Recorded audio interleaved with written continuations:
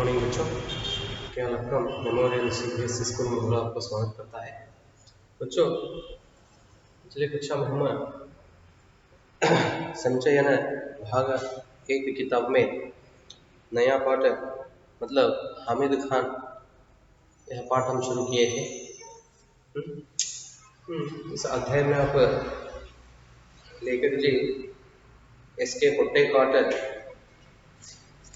इस देश के पौराणिक खंडहर देखने गए थे। तो उस समय उन्होंने उधर तक्षशिला पौराणिक खंडहर देखने के लिए उन्होंने तक्षशिला मतलब पाकिस्तान में, ठीक है, उधर गए थे। उन्होंने उधर लेखक जी को क्या अनुभव हुआ, ठीक है, तो उधर का वातावरण जिस तरह था और लेखक जी उसके बारे में हमारे साथ चर्चा की है बच्चों, ठीक है। तो वह पूरा वातावरण कैसा था, बहुत खराब था। उधर लेखक जी को बहुत सारे बुरी अनुभव हुई, समझ में रहे ना। तो कहते हैं उन्होंने तो सब गलियां मतलब एरिया बहुत खराब थे। तो ऐसी हालत में लेखक जी उधर क्या किए, उन्होंने किस काम पर गए थे और काम उन्होंने पूरा करके वापस अपना गांव अपना गांव आकर उन्होंने बैठे रहते हैं। एक दिन क्या हुआ, लेखक जी सुबह सुबह अखबार पढ़ते वक्त उस स्थल के बारे में न्यूज़पेपर में अखबार में खबर आया था। तो उस समय लेखक जी को वह पूरा याद आ जाता। जब लेखक जी उधर गए थे तो उस समय एक व्यक्ति के साथ लेखक जी का मुलाकात हुआ था, भेंट, ठीक है। और लेखक जी और उस व्यक्ति के बीच में तो एक गहरी दोस्ती उधर हुई थी। तो उस समय लेखक जी वापस इधर आने के बाद वह स्थल का खबर पढ़ते ही उस व्यक्ति को उन्होंने याद कर लेते। सर व्यक्ति कौन था, ठीक है, क्यों लेखक जी ऐसा सोचते हैं, कल देख लिए हम। आइए बच्चों देखेंगे आज लेखक जी तो आगे हमें उस स्थल के बारे में मतलब वो व्यक्ति कौन था, ठीक है, उसके बारे में हमें क्या समझाने के लिए कोशिश कर रहे हैं, देखेंगे। कल क्या हुआ था, एक दो पंक्ति पीछे से देख लो। कहीं कहीं तो सड़े हुए चमड़े की बदबू ने स्वागत किया। लंबे कद के फटान अपनी सहज अलमस्त चाल में चलते नजर आ रहे थे। कहते हैं उन्होंने लेखक जी को वह एरिया मतलब वहाँ जो गलियां थी वे सभी बहुत खराब लगी, लेकिन उस गली में जीने वाले लोग आराम से उधर घूम रहे थे, उनको ऐसा कुछ नहीं लगा, ठीक है। यहाँ तक हुआ था बच्चों कल। आइए देखेंगे आगे। चारों तरफ चक्कर लगा लिया पर अभी तक कोई होटल नजर नहीं आया। चारों तरफ मतलब चारों ओर चक्कर लगा लिया, चक्कर लगाना घूमना या फिरना, चक्कर लगा लिया पर अभी तक कोई होटल नजर नहीं आया। तो यह वाक्य देखकर हमें यह समझ में आता है कि लेखक जी को बहुत भूख लगा है, ठीक है। मन में विचार आया इस गांव में होटल की जरूरत ही क्या होगी। तो इस तरह तो बहुत क्या है वो उधर एरिया में खराब सुगंध आ रहा है, ठीक है, स्मेल। तो ऐसी गांव में, इस तरह के गांव में होटल की जरूरत ही क्या होगी, मतलब वह स्मेल लेकर क्या हुआ है, पेट भर गया है। तो इस तरह गांव में होटल की जरूरत ही क्या होगी। ಇಷ್ಟೆಲ್ಲ ಹೊಲಸದ ಇದು ಹೌದ್ರಿ, ಆ ಹೊಲಸು ವಾಸನೆಗೆ ಏನಾಗಿಬಿಟ್ಟದ ಹೊಟ್ಟೆ ತರ ಅಂದ್ರೆ ಸ್ಮೆಲ್ ಆತು ಅಂತಂದ್ರೆ ಆ ತರ ಆಗಿಬಿಡೋದ್ರಿ ಅದು. ಯಾವುದೇ ಒಂದು ಮನಸ್ಸಿನಲ್ಲಿ ಹಸುವಾಗಿರ್ಲಿ ಅಥವಾ ನೀರಡಿಗೆ ಎಲ್ಲದೂ ಹೋಗಿಬಿಡ್ತದೆ, ಹೌದ್ರಿ, ತರ ಮೂಡ್ ಅಪ್ಸೆಟ್ ಆಗಿಬಿಡ್ತದಲ್ರಿ. ಹಾಗೆ ಲೇಖಕರು ಹೇಳ್ದ ಇಷ್ಟೆಲ್ಲ ಹೊಲಸಿಂದ ತುಂಬಿರುವಂತ ಈ ಒಂದು ಸ್ಥಳದಲ್ಲಿ ಹೋಟೆಲ್ನ ಅವಶ್ಯಕತೆ ಆದ್ರೆ ಏಕೆ ಅಂತ ಹೇಳ್ತಾರೆ. अचानक एक दुकान नजर आई जहां चपातियां सेंकी जा रही थी। देखो तो इस तरह लेकर जी होटल की खोज में लगे, खोज, ठीक है, खोज में लगे थे उस समय क्या हुआ, एक ओर मतलब एक तरफ से अचानक एक दुकान नजर आई जहां चपातियां सेंकी जा रही थी, बेसुध सेंकी जा रही थी ಅಂತ ಹೇಳ್ತಾರಲ್ಲ, सेंकना मतलब बेसुध चपातियां। तो वह सुगंध लेखक जी के नाक पर आ गई। देखो इधर, सेंकी जा रही थी, चपातियों की सोंगी महक से मेरी पांव अपने आप उस दुकान की ओर मुड़ गए। देखो उधर क्या हुआ, लेखक जी कहते हैं चपातियों की सोंगी महक, ಚಪಾತಿಯನ್ನ ಬೇಯಿಸುವಂತಹ ಒಂದು ವಾಸನೆ, ಸ್ಮೆಲ್, ಮನೆಯೊಳಗೆ ಚಪಾತಿಯನ್ನು ಮಾಡೋ ಒಂದು ಸ್ಮೆಲ್ ಬರ್ತದಲ್ಲ, ಹಾಗೆ ಆ ಒಂದು ಚಪಾತಿಯ ಒಂದು ವಾಸನೆ ಅಥವಾ ಅದನ್ನ ಬೇಯಿಸುವಂತಹ ಒಂದು ವಾಸನೆ ಲೇಖಕರ ಮೂಗಿಗೆ ಯಾವಾಗ ಬಡಿಯಿತೋ ಅವರ ಕಾಲು ತನ್ನಿಂದ ತಾನೇ ಏನಾಗಿತ್ತು ರೀ, ಹೋಟೆಲ್ ಕಡೆ ತಿರುಗಿದವು ಅಂತ ಹೇಳ್ತಾರ।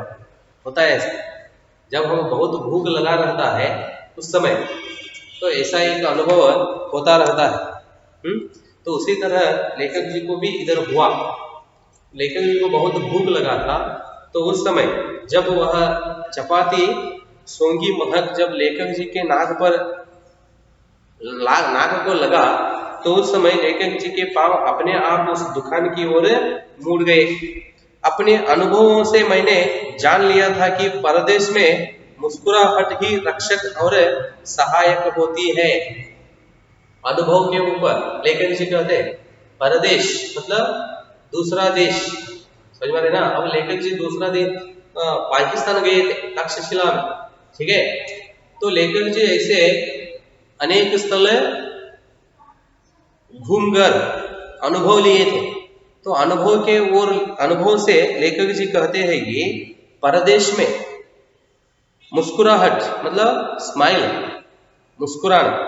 मुस्कुराहट ही रक्षक और सहायक होती है। समझाದೇನಾ?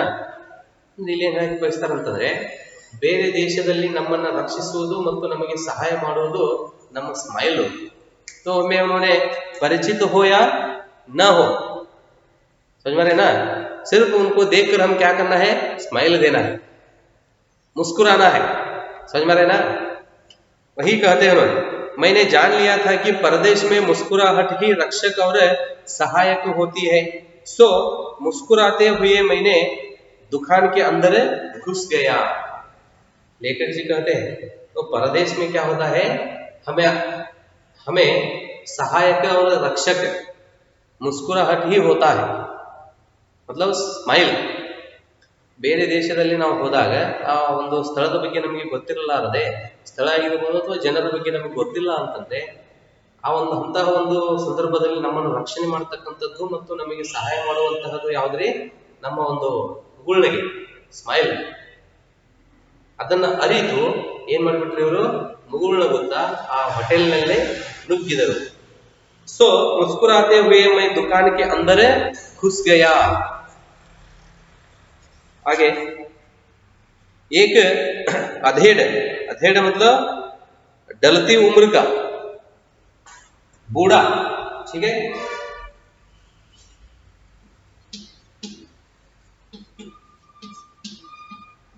अधेड़ मतलब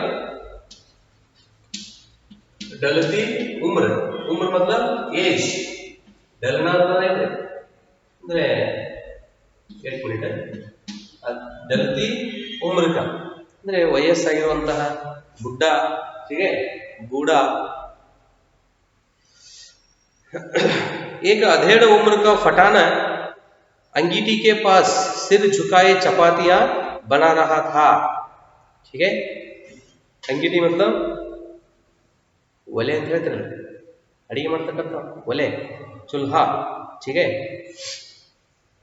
एक अधेड़ उम्र का फटान अंगीठी के पास सिर झुकाए चपातियां बना रहा था। अच्छा इधर आप देख सकते हैं, ठीक है। इधर खड़ा है ना ये व्यक्ति, उनको उन्होंने फटान कहा था। लेखक जी कहते हैं यह व्यक्ति देखो इधर अंगीठी के सामने मतलब चूल्हा के पास उन्होंने खड़े होकर हाथ में क्या कर रहा है, उन्होंने आटा लेकर चपाती बनाने के लिए तैयार कर रहा है। एक अधेड़ उम्र का फटाना अंगीठी के पास सिर झुकाए चपातियां बना रहा था। मैंने जो ही दुकान में प्रवेश किया वह अपने हथेली पर रखे आटे को बेलना छोड़कर मेरी ओर गुर गुर कर देखने लगा। लेखक जी कहते हैं, लेखक जी परदेश में मुस्कुराहट ही क्या होता है, हमारा रक्षक और सहायक होता है, यह सोचकर, ठीक है, यह सोचकर उन्होंने क्या किए, मुस्कुराते हुए उस दुकान में घुस गए। तो अंदर जाते ही उधर एक व्यक्ति, मतलब बूढ़ा, ठीक है, बूढ़ा व्यक्ति उन्होंने क्या कर रहा था, अंगीठी के पास सिर झुकाए हुए तलेबागी चपातियां बना रहा था। मैंने जो ही दुकान में प्रवेश किया, मतलब जब मैं दुकान में प्रवेश किया, वह अपनी हथेली पर रखे आटे को बेलना छोड़कर, ಆಟ मतलब ಹಿಟ್ಟು ಅಂತ ಹೇಳ್ತಿರಲ್ಲ, ಚಪಾತಿ ಮಾಡೋದಕ್ಕಿಂತ ಮುಂಚೆ ಅದನ್ನು ಉಂಡೆ ಮಾಡ್ತಿರಲ್ಲ, ಹಿಂಗ ಲಟ್ಟಿಸುವುದು ಅಂತ ಹೇಳ್ತಾರೆ, ಲಟ್ಟಿಸುವುದಂದ್ರೆ ಹೀಗೆ ಹೌದಲ್ರಿ, ಉಳ್ಳಿ ಮಾಡೋದು ಅಂತ ಹೇಳ್ತಿರಲ್ಲ, ಹಿಟ್ಟನ್ನ ಫಸ್ಟಿಗೆ ಇಲ್ಲಿ ನೀವು ಚಿತ್ರಗಳು ನೋಡ್ಬೋದು, देख सकते आप, उस व्यक्ति के हाथ में है वो, उन्होंने वह क्या करा, हथेली पर रखे आटे को बेलना छोड़कर मेरी ओर गुर गुर कर देखने लगा। अब क्या वाक्य हम पढ़ रहे हैं उसका चित्र इधर आप देख सकते हैं, ठीक है। लेखक जी इधर आकर बैठ गए हैं अंदर टेबल पर। वह व्यक्ति, जब लेखक जी अंदर आकर बैठ गए तो उस समय वह व्यक्ति लेखक जी की ओर देख रहा है गुर गुर करके, मतलब तो एक ही नजर से गुर गुर कर देखने लगा। मैंने उसकी तरफ देखकर मुस्कुरा दिया। फिर लेखक जी उस व्यक्ति की ओर देखते हुए हंस पड़े, मुस्कुरा दिया। फिर भी उसके चेहरे के हाव भाव में कोई परिवर्तन नहीं हुआ। लेखक जी उस व्यक्ति को देखकर उन्होंने क्या किए, मुस्कुरा दिए, मतलब स्माइल दिए, लेकिन उस व्यक्ति के चेहरे पर, चेहरा मतलब मुख, फेस, ठीक है, उस व्यक्ति के चेहरे पर कोई परिवर्तन नहीं आया। वह बेपरवाही के साथ तीखी नजर से मुझे निहारे जा रहा था। बेपरवाही मतलब निर्भयता से, बेपरवाही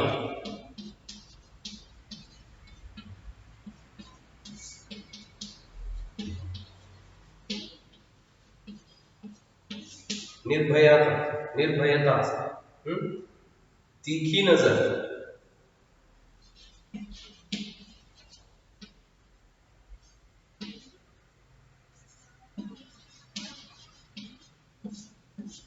तीखी नजर मतलब बुरा नजर, कठोर,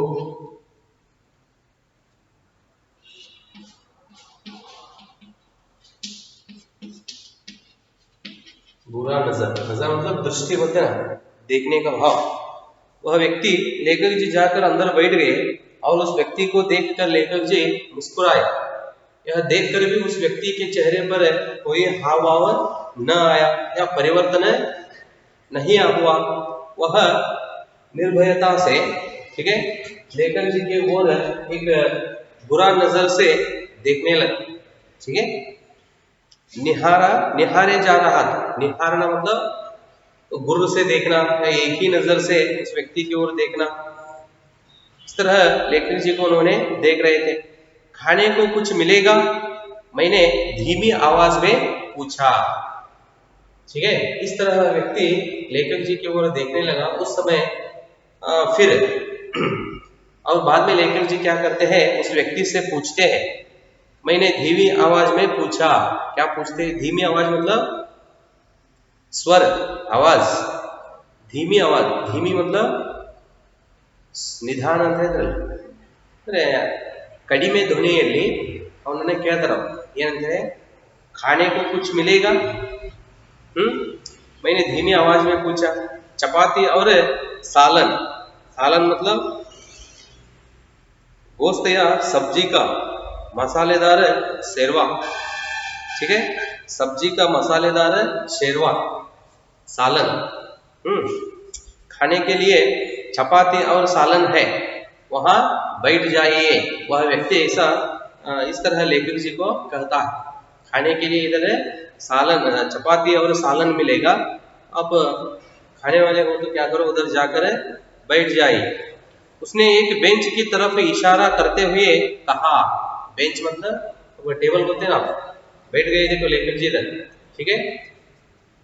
ऐसे एक टेबल की ओर इशारा करते हुए, या बेंच की तरफ इशारा, इशारा का मतलब सिग्नल होते ना, इशारा करते हुए कहा, मैं बेंच पर बैठकर रुमाल से हवा करने लगा। रुमाल, कर्चिफ, ठीक है। इस तरह लेखक जी उधर बैठकर रुमाल से हवा करने लगा, देख सकते हो आप इधर चित्र में, रुमाल से हवा करने लगा। मैंने दुकान के भीतर झांक कर देखा, बेतरतीबी से लिफा हुआ आंगन। लेखक जी अंदर मतलब उस टेबल पर बैठकर अंदर झांक कर देखते, इनकी नोडू पटेल ने ಒಳಗಡೆ, दुकान के भीतर अंदर झांक कर देखा, बेतरतीबी से लिपा हुआ आंगन। बेतरतीबी मतलब बिना किसी तरीके की,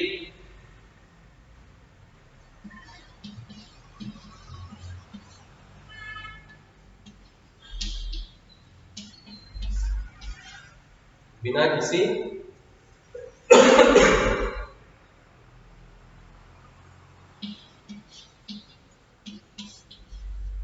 ತರೀಕೆ ಅವ್ಯವಸ್ಥೆ ಅಂತ ಹೇಳ್ತಾರೆ. ಸರಿಯಾದ ಒಂದು ಪದ್ಧತಿ ಇರಲಿಲ್ಲ, ವ್ಯವಸ್ಥಿತವಾಗಿ ಇರಲಿಲ್ಲ ಮನೆಯಲ್ಲಿ ಅವೆಲ್ಲ ವಸ್ತುಗಳು, ಅವ್ಯವಸ್ಥೆಯಿಂದ ಕೂಡಿದ್ದು.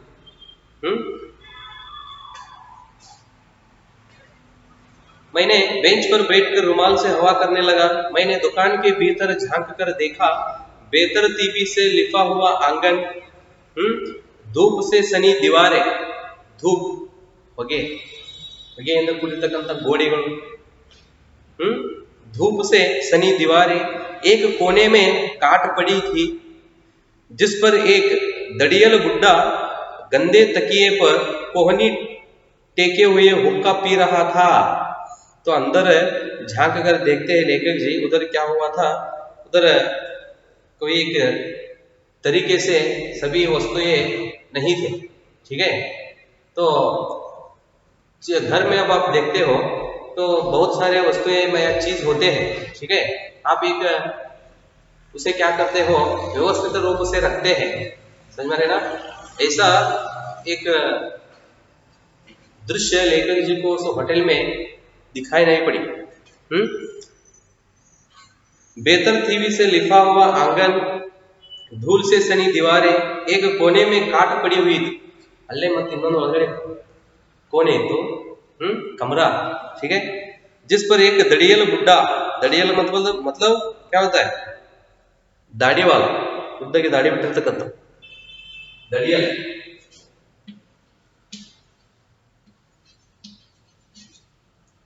दड़ियल मतलब दाढ़ी वाला। दड़ियल बुड्ढा गंदे तकिए पर, गंदा मतलब डर्टी, तकिया सोते समय सिर के नीचे रखते ना, तलेदिम बोलते हैं, हाँ। दड़ियल बुड्ढा गंदे तकिए पर कोहनी टेके हुए, उन्होंने कोहनी हाथ का इस भाग उस तकिए पर रखकर, ठीक है, इधर देख सकते हो लेखक जी इधर बैठ गए हैं, तो अंदर कोने में वह व्यक्ति सोया है, देखो उधर काट पर, तो उन्होंने जिस अवस्था में सोया है उसके बारे में लेखक जी इधर हमें बता रहे हैं। तकिए पर कोहनी टेके हुए हुक्का पी रहा था। हुक्का मतलब आप देखते हो बच्चों, पुराने पिक्चर हो तो उन्होंने सिगरेट के रूप में एक चीज का उपयोग करते रहते हैं, ಅದು ಹಿಂಗೆ ಉದ್ದಕ ಇರ್ತದ್ರಿ, ಮುಂದ್ಗಡೆ ಹಿಂಗ ಹುಗಿ ಹೋಗ್ಲಿಕ್ಕೆ ಇರ್ತದ, ಅದನ್ನ ಕುಡಿತಾ ಸೇದ್ತಾ ಇರ್ತಾರ, ಹುಕ್ಕ ನಾನು ಸೇದಿ ಹುಗಿ ಬಿಡ್ತಾ ಇರ್ತಾರ ನೋಡಿ, ಸಿಗರೇಟ್ ಅಲ್ಲ, ಸಿಗರೇಟ್ ತರನೇ ಉದ್ದಕ್ಕೆ ಇರ್ತದ. ಈಗ ಓಲ್ಡ್ ಪಿಕ್ಚರ್ ಒಳಗದು ವಿಲನ್ಗಳು ಯೂಸ್ ಮಾಡ್ತಾ ಇರ್ತಾರೆ.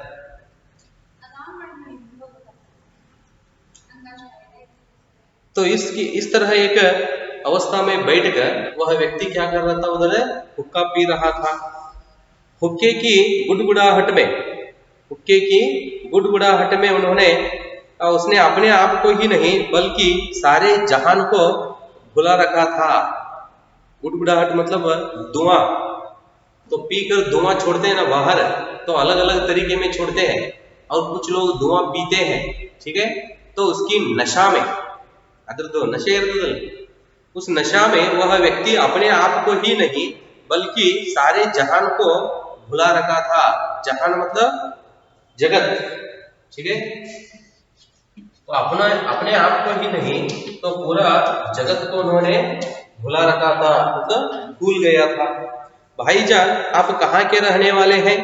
चपाती को अंगारों पर रखते हुए उस अधेड़ उम्र के फटान ने पूछा। तो चपाती को उन्होंने बनाकर अंगारे पर ಬೆಂಕಿ ಮೇಲ್ಗಡೆ ಹಂಚು ಅಂತ ಹೇಳ್ತಾರಲ್ಲ ಅದರ ಮೇಲೆ ಬೆಂಕಿಯ ಮೇಲೆ भाईजान आप कहाँ के रहने वाले हैं? तो चपाती को अंगारों पर रखते हुए उस अधेड़ उम्र के फटान ने पूछा। लेखक जी से पूछता है मालाबार के। तो लेखक जी कहाँ से गए थे? मालाबार से। मालाबार के मैंने जवाब दिया। उसने यह नाम नहीं सुना था। लेखक जी का गांव कौन सा था? गांव के बारे में वह व्यक्ति या गांव का नाम वह व्यक्ति नहीं सुना था। आटे को हाथ में लेकर गोलाकार बनाते हुए पूछा यह हिंदुस्तान में ही है ना? वह व्यक्ति पूछता है तो आप क्या गांव का नाम आप बोल रहे हैं? वह गांव हिंदुस्तान में ही है ना? हाँ, भारत के दक्षिण चोर मद्रास के आगे। चोर मतलब किनारा, ದಂಡೆ ಅಂತ ಹೇಳ್ತಾರೆ बॉर्डर। दक्षिण चोर मद्रास के आगे यह गांव है। क्या आप हिंदू हैं? हाँ, एक हिंदू घर में जन्म लिया हूं। लेखक जी कहते हैं। उसने एक फीकी मुस्कुराहट के साथ फिर पूछा आप मुसलमानी होटल में खाना खाएंगे? देख लो, वह व्यक्ति पूछते हैं किसे? लेखक जी से। फीकी मतलब बेहोश। उफ ಅಂತ ಹೇಳ್ಕೊಂಡು ಬೇಸರವನ್ನು ಹೊರಗಡೆ ಹಾಕ್ತಾರಲ್ಲ ಹಾಗೆ। बेहोश मुस्कुराहट के साथ फिर पूछा आप मुसलमानी होटल में खाना खाएंगे? क्यों नहीं, हमारे यहाँ मतलब हमारे गांव में तो अगर बढ़िया चाय पीनी हो या बढ़िया पुलाव खाना हो तो लोग बेक्ट के मुसलमानी होटल में जाया करते हैं। लेखक जी कहते हैं हमारे यहाँ मतलब हमारे गांव में अगर बढ़िया चाय, बढ़िया मतलब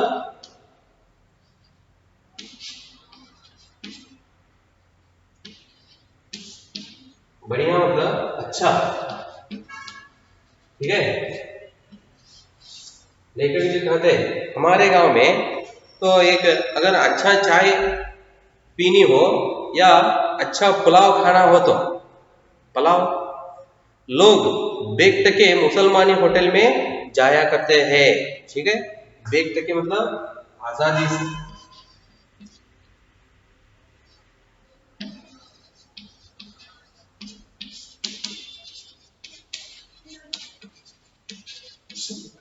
ಆಜಾದಿ ಅಂದ್ರೆ ನಮ್ಮೂರಿನಲ್ಲಿ ವ್ಯಕ್ತಿ ಕೇಳ್ತಾನೆ ನೀವು ಒಬ್ಬ ಹಿಂದೂ ಆಗಿ ಮುಸಲ್ಮಾನಿ ಹೋಟೆಲ್ನಲ್ಲಿ ಅಂದ್ರೆ ಮುಸಲ್ಮಾನರ ಹೋಟೆಲ್ನಲ್ಲಿ ಊಟ ಮಾಡಿರುವಿರಾ ಅಂತ ಹೇಳಿ ಕೇಳ್ತಾನೆ। ಅವಾಗ ಅವ್ರು ಹೇಳ್ತಾರೆ ಏನಂತೇಳಿ ಹಾಗೇನಿಲ್ಲ, ನಮ್ಮ ಊರಿನಲ್ಲಿ ಏನಪ್ಪ ಅಂತಂದ್ರೆ ಒಂದು ಒಳ್ಳೆಯ ಅಥವಾ ಸಿಹಿಯಾದ ಟೇಸ್ಟ್ ಅಂದ್ರೆ ಚಹಾ ಕುಡಿಬೇಕಾದ್ರೆ ಅಥವಾ ಪಲಾವ್ ತಿನ್ಬೇಕಾದ್ರೆ ನಾವು ಯಾವುದೇ ಸಂಕೋಚವಿಲ್ಲದೆ ಸ್ವತಂತ್ರದಿಂದ ಏನ್ ಮಾಡ್ತೀವಿ ಮುಸಲ್ಮಾನರ ಹೋಟೆಲ್ಗೆ ಹೋಗಿ ತಿಂದು ಬರ್ತೀವಿ ಅಂತ ಹೇಳ್ತಾನೆ व्यक्ति। सॉरी, लेखक जी कहते हैं इस तरह, ठीक है। तो इस तरह क्यों पूछा वह व्यक्ति? मतलब तो इससे हमें यह समझ में आता है कि उस व्यक्ति की बातें सुनकर तो उधर क्या हो रहा है, बहुत भेदभाव चल रहा है। तो धर्म का हो, ठीक है, वो जाति का हो, समझ में आ रहे ना? ऐसा एक बहुत बड़ा उधर भेदभाव चल रहा है। वह देख कर लेखक जी से वो व्यक्ति पूछता है, ठीक है। तो यहाँ तक रहने दो बच्चों, देखेंगे आगे और वह व्यक्ति उस स्थल के बारे में लेखक जी से क्या कहता है। हाँ, और लेखक जी उस व्यक्ति को अपने गांव के बारे में हो और गांव में जिस तरह सब मिलजुल कर रहते हैं, ठीक है। और लेखक जी के गांव में भी ऐसा एक स्थिति मतलब हालत है या नहीं, और उनके गांव में उन्होंने सब धर्म के लोग जिस तरह मिलजुल कर रहते हैं, ठीक है। ऐसे अनेक बातें उस व्यक्ति से उन्होंने कहते हैं। तो ये सब आगे के विषय हम अगले कक्षा में देखेंगे बच्चों। धन्यवाद।